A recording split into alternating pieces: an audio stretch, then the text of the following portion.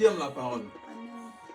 Ah, donc si je vois que tes yeux sont en train de se fermer, c'est que tu n'aimes pas la parole. Si Satan veut te distraire, tu t'arrêtes et puis on va ensemble. Amen ou amen pas? Amen. Regarde quelqu'un, dis-lui les deux actions de Ruben. Dieu veut parler au cœur de quelqu'un en ce matin. Alléluia. Amen. Les deux actions de Ruben. Qui a une fois entendu ce nom-là? Ruben. Soit quelqu'un que tu connais, mais un nom que tu as déjà entendu, ou soit tu as lu dans la Bible, mais qui a une fois entendu au moins le nom Ruben.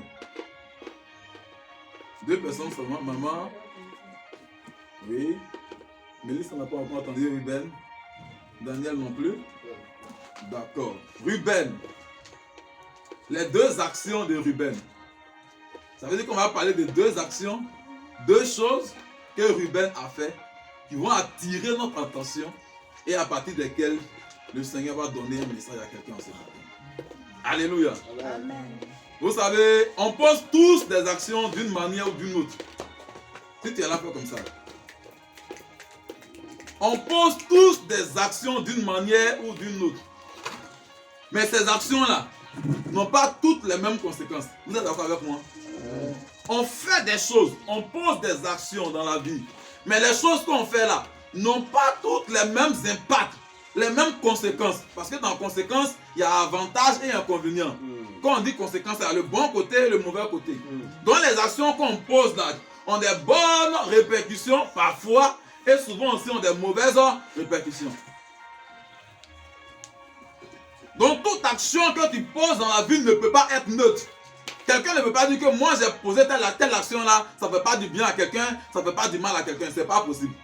Soit l'action que tu as posée va arranger des vies, ou soit elle va détruire les vies. Les actions parlent toujours, raison pour laquelle on dit quoi, que les actions parlent plus fort que nos mots. Quand tu dis non, moi je suis un homme gentil, je suis une femme gentille, et puis ta main sort jamais, tu ne partages jamais. Est-ce que c'est normal? Donc ça veut dire que tu dis une chose et les actions prouvent le contraire. Donc on pose tous des actions d'une manière ou d'une autre, et les actions que nous posons là ont des effets qui ne sont pas pareils. Ça peut aller du simple au pire en matière de conséquences mauvaises de ces actions. Ça peut aller également du simple à l'abondance concernant l'avantage que ces actions-là peuvent avoir sur nous et sur la vie de d'autres personnes. Et nous sommes en train de parler d'un personnage de la Bible qu'on appelle Ruben. Quelqu'un me dit Ruben. Ruben signifie « voici un fils » où Dieu a vu ma détresse. Pour ceux qui prennent note là, ça peut t'aider. Ruben veut dire quoi? Voici un fils. En d'autres termes, Dieu a vu ma détresse. Il était qui? Il était l'arrière-petit-fils d'Abraham et fils d'Isaac.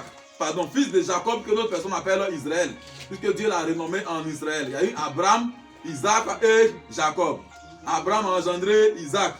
Isaac a engendré Jacob. Et c'est Jacob là, son nom qui a été changé en Israël. Et c'est ce Israël là qui a eu 12 enfants, qu'on appelle les 12 patriarches ou les 12 tribus d'Israël. Tu as entendu ça au moins, non? Amen ou amen pas? Amen. Donc parmi les 12 enfants qu'Israël a eu là, il y a un qu'on appelle Ruben. Et selon l'ordre biologique, Ruben était le premier-né. En d'autres termes, le grand frère. En d'autres termes, l'aîné de la famille Israël, de la famille Jacob. Mais Jacob lui-même, il avait combien de femmes officiellement? Qui me répond? Jacob avait 2 femmes, Léa et Rachel. Mais il ne s'est pas arrêté aux 2 femmes, il a eu 2 autres femmes. C'est-à-dire quoi? Il a pris encore pour femme la servante de Léa. Et puis il a pris pour femme la servante de Rachel. C'est comme un homme qui a 2 femmes, et puis chaque femme a sa servante. Et au-delà de ces 2 femmes-là, il prend encore les servantes de ces femmes-là comme ses femmes. Donc Jacob avait 4 femmes au total. Alléluia. Amen. Alléluia. Amen. Donc Ruben là, il était l'enfant de qui? De Léa. Or quand vous étudiez un peu l'histoire, avant que Jacob ne se marie, il allait dans la maison d'un homme qu'on appelle Laban. Hein? Il dit il a vu une femme qui s'appelle Rachel. Rachel est la petite sœur de qui? Merci. Rachel est la petite sœur de Léa. Jacob voit Rachel, il est attiré par la beauté de Rachel et il dit qu'il va épouser Rachel. Donc pour cela, il devait travailler 7 années au service de Laban. Donc il va travailler 7 ans pour avoir une femme qu'on appelle Rachel.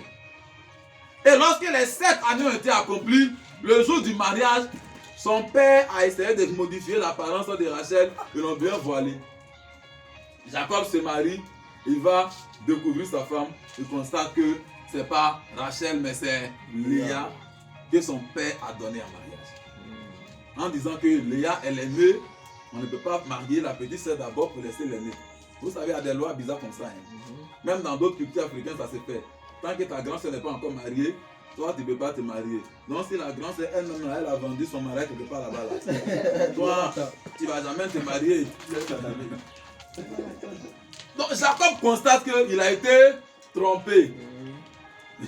Mais est-ce que Jacob, lui, n'a pas trompé quelqu'un avant? Hein? Les lecteurs de la Bible. Il n'a pas trompé quelqu'un. Il a trompé qui? Hein? Non. Il a trompé son frère et ses parents. Avant qu'il ne soit béni par Isaac là. Il allait porter un habit, un animal qui est un peu poilu là. Il a mis ça sur lui parce que son frère Esaü était velu. Donc son père le touche, il voit que c'est la peau d'Esaü. Mais quand il entend la voix, c'est la voix de l'autre. Mais il a réussi à amadouer son père pour recevoir la grâce, la bénédiction. Ça c'est un autre enseignement. Mais en fait, selon le plan de Dieu, c'est lui qui devait être béni. Parce que même quand il n'était pas encore né, que leur mère Rebecca est partie consulter Dieu chez les prophètes, ils ont dit quoi? Tu portes 2 nations dans ton ventre, mais le plus grand sera assujetti au plus petit. Donc selon le plan parfait de Dieu là, c'est Jacob même qui devait être le plus grand. Seulement qu'il a utilisé les voies qui ne sont pas bonnes. Donc ça l'a rattrapé Cléon. Donc lui aussi il veut se marier, il travaille 7 ans de sa vie pour une femme, et puis après il découvre que ce n'est pas cette femme qu'on lui a donnée. Donc il va aller travailler 7 autres années et c'est là maintenant qu'on lui donne Rachel. C'est comme ça qu'il va se retrouver avec Léa et avec Rachel comme ses femmes. Donc ces 2 femmes-là ont eu des enfants pour lui. Les servantes également, Bila et Zilpa, ont eu des enfants aussi pour lui. Maintenant le Ruben dont nous parlons là, lui il est l'enfant de Léa. Léa n'était pas la femme bien-aimée. Suivez-nous bien.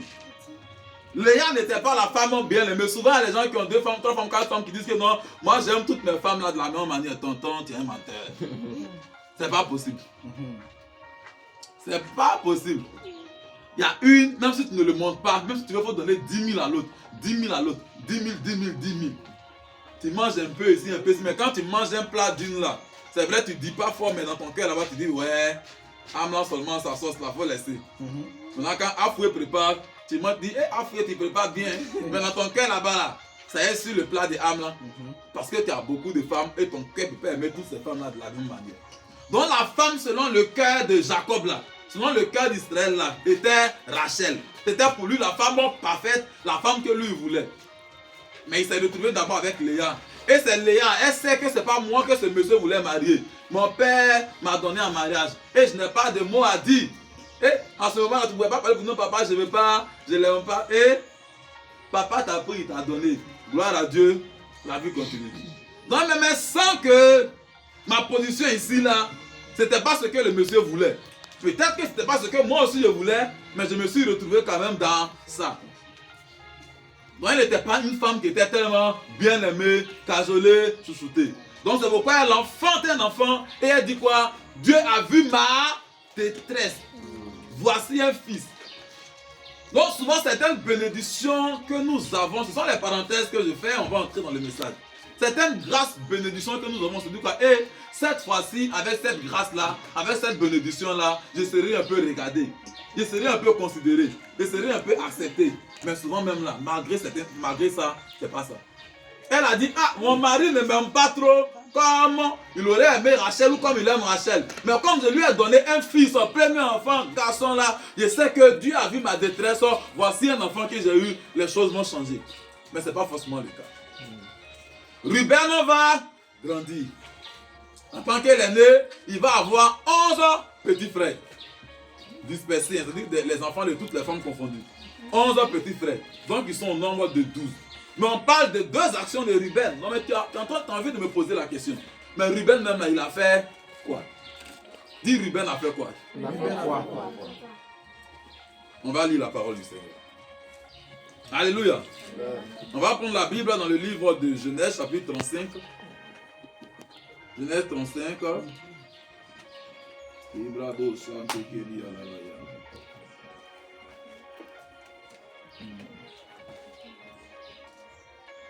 Genèse 35, vous y êtes? Nous allons lire la parole de l'Éternel à partir du verset 19. Rachel mourut et elle fut enterrée. Vous comprenez que la femme chouchoutée est morte. La femme la plus aimée est morte. Rachel mourut et elle fut enterrée sur le chemin de Phrata, qui est Bethléem. Jacob éleva un monument sur son sépulcre.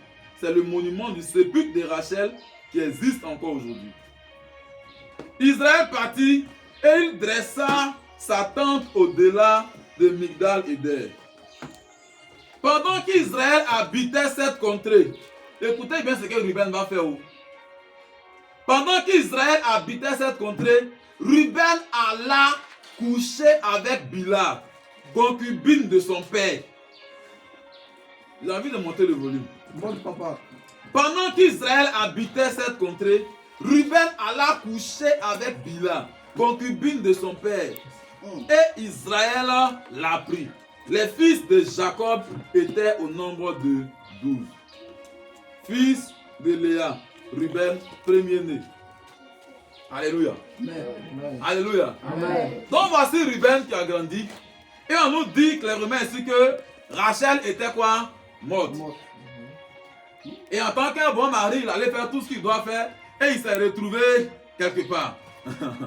Et pendant que Jacob était là-bas, on nous dit clairement ici que Ruben, son premier garçon, son premier fils, allait faire quoi? Il allait coucher avec qui? Avec sa concubine. Comment elle s'appelle? Si tu as suivi la lecture.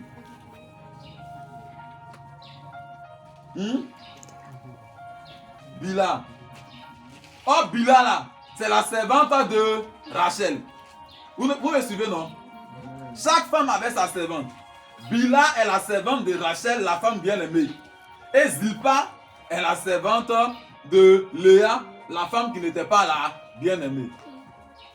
Donc la femme bien-aimée est morte. Et le premier fils, le fils de Léa, qui n'était pas la femme bien-aimée, pendant que son père n'est pas là, il s'en va coucher avec la concubine de son père, qui était la servante de la femme bien-aimée. Donc là, c'est une action très ignoble. C'est une action abominable. Parce que même Abraham, il avait sa femme Sarah. Et puis Sarah lui a dit, il faut prendre Agar parce que la promesse, la prophétie tarde. Mais dès l'instant où Abraham a connu Agar, Dieu considère également Agar comme une femme d'Abraham. Quand tu lis d'autres versets de la Bible, on le voit. Donc ces concubines-là étaient aussi comme ses femmes. Et toi, tu es son fils, tu es son sang qui l'a engendré. Ton père n'est pas là. Il allait pleurer sa femme, il s'est retrouvé dans une contrée. Et derrière, tu t'en vas souiller sa couche en couchant avec sa concubine. Bila. Servante de sa feu épouse Rachel. Donc voici la première action que Ruben a eu à poser. Maintenant, quand je te pose la question, est-ce qu'en tant qu'un fils là, c'est normal? Non. Même si ton père est le plus grand polygame, est le plus grand gigolo du monde, avec toutes ses copines, ses kizas, ses maîtresses et autres, toi, enfant, tu vas aller passer où ton père est passé. Mais ça, c'est une malédiction. Et on nous dit que Israël l'a pris. Sa famille l'a appris, ses frères l'ont appris. Quand il a fait cette action-là, son père n'a rien dit. Son père n'a rien fait. Son père ne l'a pas réprimandé. On dit son père l'a appris. Faites attention aux vieux, les gars. Faites attention aux personnes âgées, aux personnes qui ont de l'expérience. Souvent, on pose certaines actions, on se dit que oh, lui, elle est trop vieux, elle va créer quoi? Elle est trop vieille, elle va créer quoi? Mais dans son silence là, tu ne sais pas c'est quoi il a arrêté. C'est quoi il a décidé, c'est quoi il a programmé.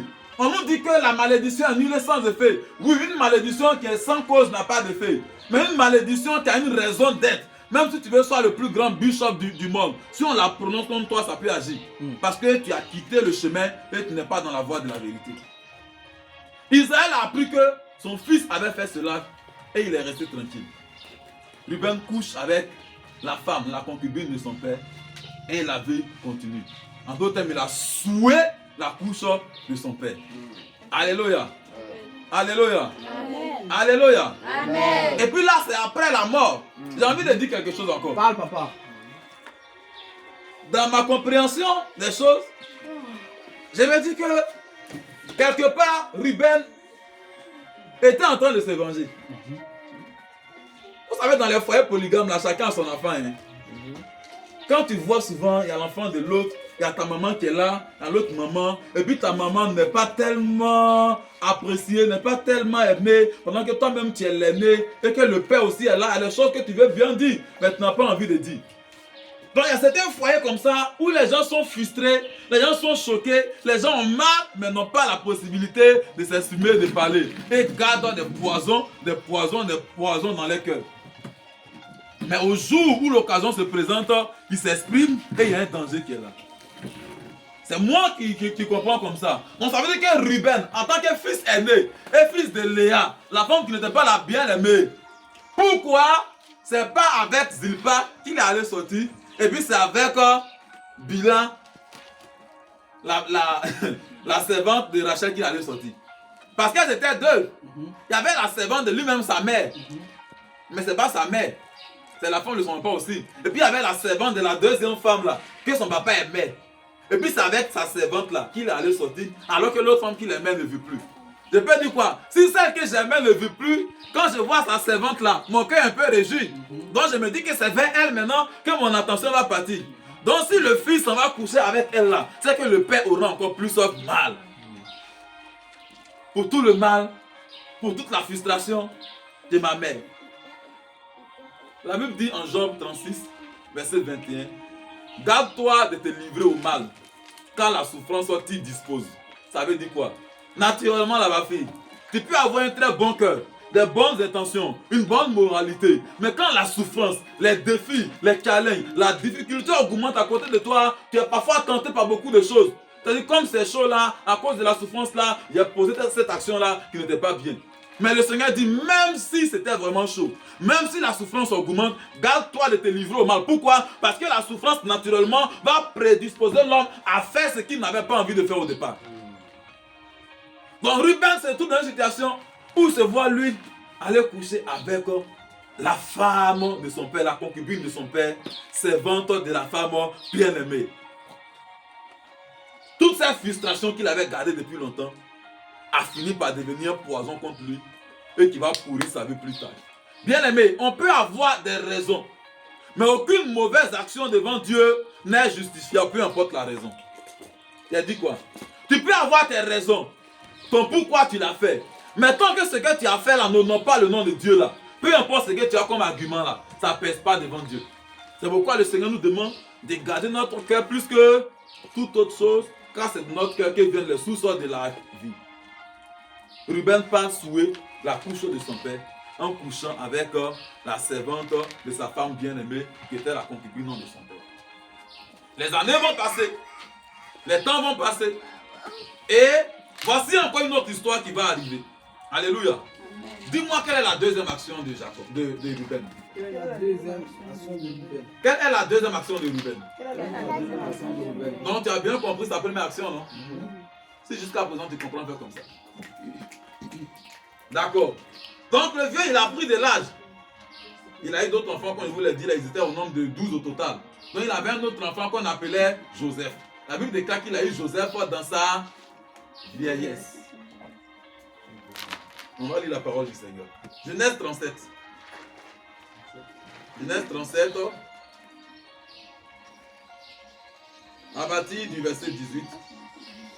Il le vit de loin, c'est-à-dire Joseph. Et avant qu'il fût près d'eux, ils complotaient de le faire mourir. Quelqu'un se rappelle du passage. Il se dit l'un à l'autre, voici le faiseur de songe qui arrive. Venez maintenant, tuons-le et jetons-le dans une des citernes. Nous dirons qu'une bête féroce l'a dévoré et nous verrons ce que deviendront ces songes. Ruben entendit cela. Le même Ruben. Quelqu'un dit le même Ruben. Dis Ruben encore. Ruben entendit cela et il le délivra de leurs mains. Il dit, ne lui ôtons pas la vie. Alléluia. Alléluia. Mais déjà quand tu entends ça, tu vois que Ruben a posé quoi? Une bonne action. Le même Ruben qui a souillé la couche de son père en couchant avec Bilha, qui était la concubine de son père et servante de la bien-aimée Rachel qui était morte à ce temps-là. Les années vont passer, mais ici il va venir poser une action salvatrice. Joseph, il savait très bien que son père aimait aussi Joseph. Il a envie de parler. Parle, papa. Son père aimait aussi Joseph. Tout comme il aimait Rachel. Et tout comme il aimait aussi, sûrement, la servante de Rachel. Et à l'époque, il a posé une action qui a été sûre. Souvent, quand tu as mal fait quelque chose, quand on ne t'a pas vu, on ne t'a pas attrapé, tu te dis que non, personne n'essaie. Mais on dit son père l'a appris. Donc son père savait. Ton père l'a su. Il t'a rien dit. Il t'a rien fait. Et puis vous vivez ensemble. Moi, j'ai peur de ce genre de personnes. Donc les années passent. Et ses frères, par jalousie, décident de faire du mal à Joseph, le faisait de songe, quelqu'un sur qui la gloire de Dieu était, qui devait aller loin dans la vie et dans l'avenir. Il le voit arriver de loin, il dit, voici le faisait de songe qui arrive, attrapons-le, non, tuons-le, on va voir ce qui arrivera de ces songes. Et le même Ruben va dire, non, ne le tuons pas, ne lui ôtons pas la vie, préservons sa vie. Le même Joseph qui avait souillé la cour de son père, ici là, est venu poser une autre action. C'est qu'il a sauvé la vie de celui qui était le bien-aimé de son père à l'époque. Donc quelque part, il a posé une action ignoble, de honte, de souillure, et là, il vient poser une bonne action pour sauver quelqu'un. Une bonne action pour protéger quelqu'un. Mais tu vas me dire, papa, comme il a fait là-bas quelque chose de mal, et puis il a fait quelque chose de bien, c'est que le bien a déjà annulé le mal. Dis, ça ne fonctionne pas comme ça. Ça ne fonctionne pas comme ça. Souvent là, on essaie de poser certaines bonnes actions aujourd'hui dans le but de voiler nos erreurs du passé.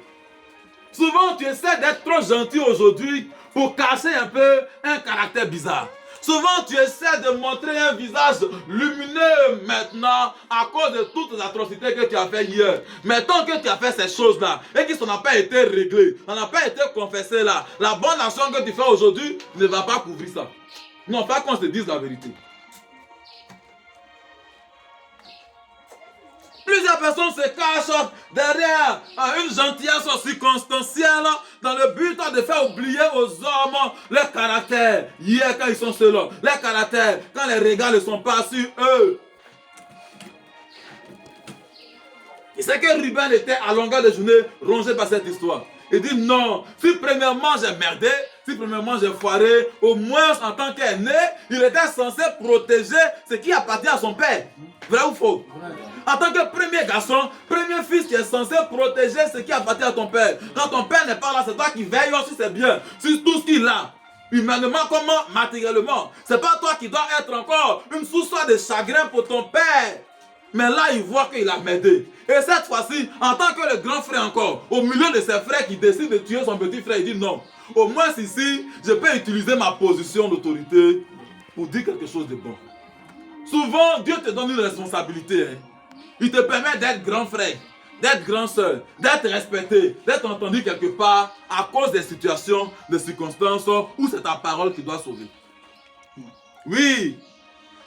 Parce que là, ce n'est pas Judas ou les autres frères qui ont parlé, mais c'est Ruben qui a parlé. Et en tant que grand frère, il était écouté. Vous comprenez? En tant que grand frère, il était respecté.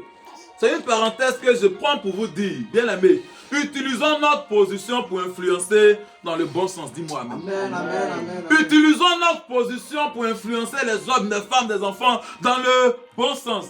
Quand tu es aimé, quand tu es écouté, quand tu es respecté au quartier, il ne faut pas utiliser ça pour aller raconter les choses aux gens en disant que comme c'est peut-être mon fils Daniel qui a dit cela, c'est qu'ils vont faire. Pendant que tu sais que ce que tu es en train de dire là, c'est parce qu'on te respecte. Et toi-même tu sens même conscience que ce n'est pas une bonne chose, ce n'est pas bien. Utilisons notre position pour être les leaders selon Dieu. Alléluia.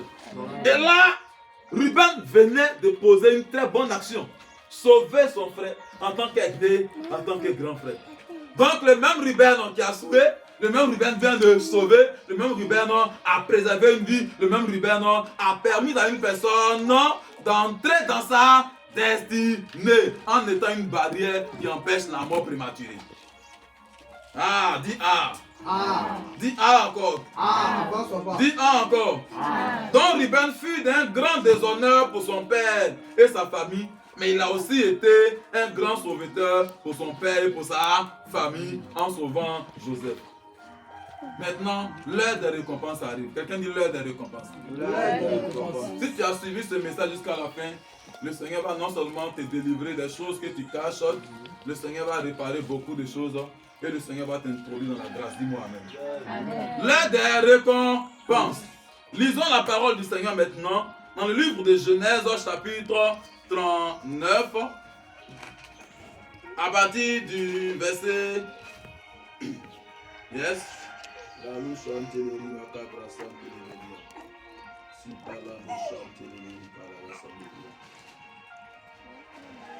Yes. Genèse 49. Pardon. Oui, 49 plutôt. Genèse 49 à partir du verset 3. On peut commencer au verset 1 pour permettre à plusieurs personnes de comprendre l'histoire. Là, Jacob a vieilli. Amen ou amen pas? Jacob a vieilli. Il doit maintenant mourir.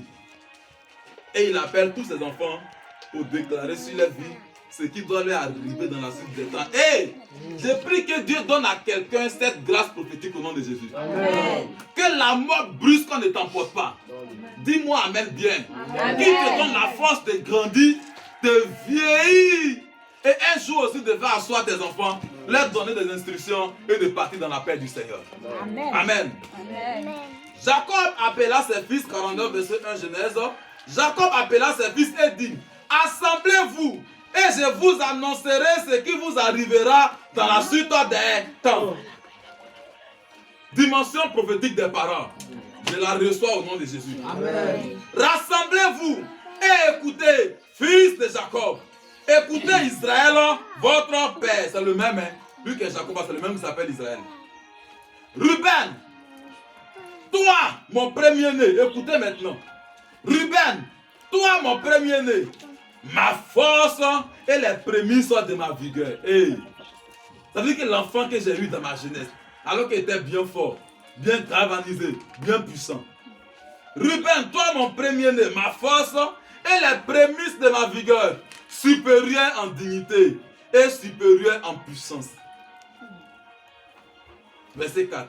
Impétueux comme les eaux, tu n'auras pas la prééminence. Hey. Impétueux comme les eaux. Son père lui dit: tu n'auras pas la prééminence. Mais tu dis: Ruben, toi, mon premier-né, mon premier fils, le fruit de ma vigueur. Ça veut dire que vous êtes d'accord avec moi qu'il est le premier enfant de Jacob d'Israël. Mais il lui dit: impétueux comme le vent, toi là, tu n'auras pas la prééminence. Donc prééminence, c'est premier. Tu n'auras pas la première place. Malgré que tu es né le premier là, tu n'auras pas la première place. Pourquoi? Écoutez. Car tu es monté sur la couche de ton père, tu as souillé ma couche en y montant. Vous comprenez? Il avait fait ça il y a longtemps. Le vieux a gardé ça dans son cœur. Il n'a rien dit. Il sait que dans la vie de tout enfant, le père a une possibilité et des paroles qu'il prononce qui vont toujours agir. Et là, Ruben encore, il a fait du bien à Jacob en protégeant Joseph, en le gardant contre les menaces de la mort de ses frères. Mais le jour des récompenses arrive et le vieux lui dit: bien que tu sois mon premier-né, le fruit de ma vigueur, impétueux comme le vent, grand et puissant, tu n'auras pas la prééminence. Tu ne seras pas le premier en gloire. Tu ne seras pas connu spirituellement comme le premier-né. Oh, bien-aimé du Seigneur. Il y a certains aînés, il y a certaines personnes qui, normalement, de par leur position, devraient jouir de certaines grâces, mais qu'une action actuellement empêchée. Oh. Il y a certaines personnes qui devaient entrer dans un certain niveau de gloire et de règne, mais à cause d'une action d'hier qui a été restée dans certains esprits, qui a été enregistrée spirituellement quelque part, tu n'es pas en train de vivre cette position. Quand ce matin le Seigneur te donne ta position normale au nom de Jésus. Amen. tu n'auras pas la prééminence. Donc vous comprenez que la bonne action de Ruben n'a pas annulé les conséquences de sa première action. Je l'ai dit en introduction qu'on pose toujours des actions, mais les actions n'ont pas toujours les mêmes effets, n'ont pas toujours les mêmes impacts, n'ont pas toujours les mêmes conséquences. Tu peux poser une petite action de 2 minutes qui va avoir beaucoup plus de conséquences qu'un milliard que tu as venu de poser. Parce que ça va te suivre sur des temps, sur des décennies, sur des générations. Le vieux dit parce que tu es monté sur ma course. Or la Bible dit quoi? Tu ne verras pas la nudité de ton père, ni la nudité de la femme de ton père, ni la nudité de ta parente. Mais l'homme là, il avait enfreint à cette loi spirituelle. Et quand tu enfreins à la loi spirituelle, le maître de tout ce qui est spirituel, le Dieu Tout-Puissant, ne peut pas combattre en ta faveur. Il va même se mettre dans la bouche de ton père pour parler contre toi. Il dit tu n'auras pas la prééminence. Tu es né le premier, mais tu ne seras pas le premier. Parce que tu es monté sur la couche de ton père. Quelle action te disqualifie aujourd'hui? Question. Quelle action t'as posée hier quand tu t'assois et tu sens que les conséquences de cette action te rattrapent aujourd'hui et t'empêchent d'entrer dans la grâce où tu devrais normalement entrer? Ruben, par son action de vengeance, par son action d'immoralité, par son action de déshonneur, il était en train d'être dégradé, disgracié. Il était le premier de sa naissance. Il devait donc être le premier dans le classement, dans les choses qu'il devait recevoir. Mais son père lui dit, bien que tu sois le premier, tu ne seras plus le premier parce que tu es monté sur ma couche. Quelle est l'action que tu as posée hier? Peut-être même que les gens ont oublié, mais toi tu n'as pas encore oublié. Et parfois tu sens dans ton esprit que c'est quelque chose qui pèse contre toi. Bien aimé, si cette culpabilité est là en ce matin, j'ai quand même une bonne nouvelle pour toi. Amen. Oui, parce que si je m'arrête à ce niveau, tu vas partir à la maison avec à l'esprit que j'avais quelque chose de mal hier. Donc à cause de ça, je ne peux plus encore entrer dans ma grâce. Mais il y a la possibilité de restauration pour toi. Dis-moi Amen. Amen. Il y a la possibilité de renouvellement pour toi. Alléluia. Amen. Jacob a dit à Ruben, premier-né, mais tu n'auras pas la prééminence. Tu ne seras pas le premier. Parce que tu as suivi ma cour. Il y a certaines actions qui ne peuvent pas annuler d'autres. Non. Il y a certaines actions mauvaises. Il y a certaines mauvaises choses que tu as faites qui ne vont jamais être effacées aussi facilement par peut-être le billet de banque que tu as donné, par une bonne parole que tu as dite aujourd'hui. Seulement, la grâce de Dieu peut tout changer. Amen. Ton amen ne m'inspire pas. Amen. J'ai dit, il y a certaines choses que tu as faites hier là, que tes bonnes actions aujourd'hui ne pourront jamais effacer. À moins que la grâce de Dieu te localise. Amen. À moins que la grâce de Dieu te localise. Amen. Et là, la bonne nouvelle que je dis à quelqu'un ce matin, la Bible dit, Jésus-Christ, la grâce de Dieu, source de salut pour tous les hommes, a été manifestée. Je pensais que tu allais acclamer cela. Amen, amen, amen, amen. La grâce de Dieu, source de salut pour tous les hommes, a été manifestée. C'est pourquoi en Colossiens 2, verset 14, la Bible déclare que Christ a effacé l'acte dont les ordonnances nous condamnaient. Ça veut dire quoi? Ce que tu as fait, et en fonction de cela, selon les conséquences qui doivent arriver, c'est prévu que toi tu ne sois pas grand, c'est prévu que tu ne sois plus prospère, c'est prévu que tu perdes ta position de prééminence. Mais la Bible déclare que Christ a effacé l'acte dont les ordonnances te condamnaient et qui subsistaient contre toi. Oh bien-aimé du Seigneur, tu as la possibilité en ce matin d'être renouvelé dans ta position. Il y a la grâce pour toi en ce matin pour que tu sois restauré. Il y a la grâce pour toi en ce matin pour que là où les gens venaient parler contre toi, là où les actions d'hier pesaient contre toi et t'empêchaient de récupérer ta véritable position, le Seigneur vient te dire en ce matin que la grâce est encore possible pour toi. Amen. La grâce est encore possible pour toi. La grâce est encore possible pour toi. Oh, je vais relire ce passage avec. Relis, papa. Colossiens 2, verset 14. Sokarabakandoria bakaneria. Isalado santelia bakondasia. Gesura malesu kante bladea. Il a effacé l'acte dont les ordonnances nous condamnaient et qui subsistait contre nous. Il a détruit en le clouant à la croix. Écoute-moi, l'œuvre accomplie, achevée de la croix est plus pertinente et plus profonde que ce que tu ne penses. Ce que Jésus a fait à la croix est très profond que ce que tu ne crois, ce que tu ne penses. Il a détruit cet acte-là en le clouant à la croix. Écoutez-moi, bien-aimé de l'Éternel. Par la mort de Christ à la croix, l'action qui te rendait coupable hier, l'action qui te disqualifiait hier, qui te faisait perdre ta position, parce que tu as bien évidemment fait cela, le Seigneur te dit, si ma grâce t'a localisé, tu peux récupérer ta position. Amen, amen, amen, amen. Parce que nulle part, Ruben allait recommencer encore ce qu'il a fait. Mais la tâche est restée.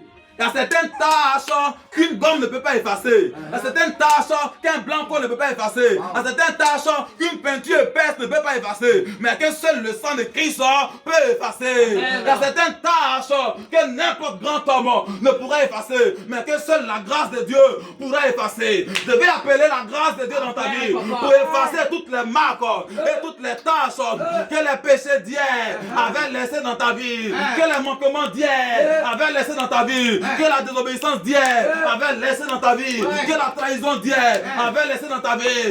Là où cette tâche était une occasion, un argument de Satan pour te faire rater ta bénédiction. La Bible déclare que le sang de Christ, l'action qu'il a posée à la croix, a détruit l'acte dont les ordonnances te condamnaient. Il a détruit par l'œuvre accomplie de la croix. Il y a la possibilité de restauration pour toi. Il y a la possibilité de guérison pour toi. Il y a la possibilité de restauration pour toi. Même si tu n'avais pas raison, oui, tu le sais, tu l'as reconnu.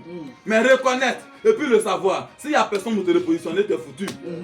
Comme tu l'as reconnu, tu le sais, le Seigneur vient te restaurer par son action à la croix. Amen, amen. Est-ce que tu peux acclamer cela? Amen, amen, amen. Du prêtre Dieu, papa. Alléluia. Amen.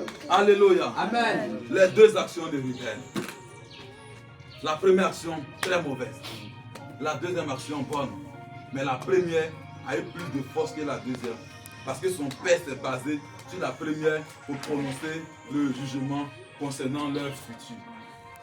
Et chacun de nous dans la vie, on peut avoir ce genre d'action aussi, où souvent la bonne action, la bonne chose qu'on fait, on essaie de forcer beaucoup de choses pour retrouver l'amour, pour retrouver la confiance, pour retrouver beaucoup de choses. Mais ça ne suffit même pas à cause du danger et de la pertinence de notre action. Mais en ce matin, le Seigneur est capable de restaurer ton image, ton désir dans le cœur de quiconque par l'œuvre accomplie et achevée de Christ à la croix. Que le Seigneur bénisse sa parole. Amen.